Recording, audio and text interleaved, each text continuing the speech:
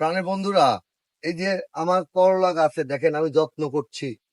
এই যত্নগুলা যারা যারা করবেন, সেটা গাছ হোক আর কর্মর চাকরিজীবী চাকরি বলেন আর যেটাই বলেন, যদি আপনি ঠিক মতো যত্ন করেন তাহলে যত্নে অবশ্যই ভালো সুফল বয়ে আনে আপনার জীবনে।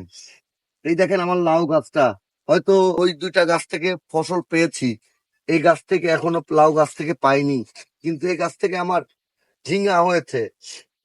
এটা থেকে আমার ঝিঙ্গা হয়েছে দেখেন, এই যে ঝিঙ্গা গুলাও দেখতে পারবেন, এই যে দেখেন ঝিঙ্গা ধরেছে, এই যে দেখেন ঝিঙ্গা ধরেছে। এই যে লাউয়ের ফুল আসতেছে, এই যে দেখেন লাউয়ের ফুল আসতেছে।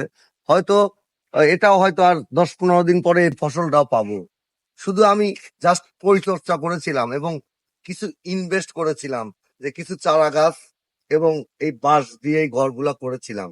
আগামী দিনগুলোতে হয়তো এই সবজি বাগান থেকে ফল পাবো, সবজি পাবো। সবাই ভালো থাকবেন এবং নিজেও নিজের বাড়িতে, নিজের ছাদে সবজি বাগান করার উৎসাহিত হবেন আমার ভিডিওটা দেখে।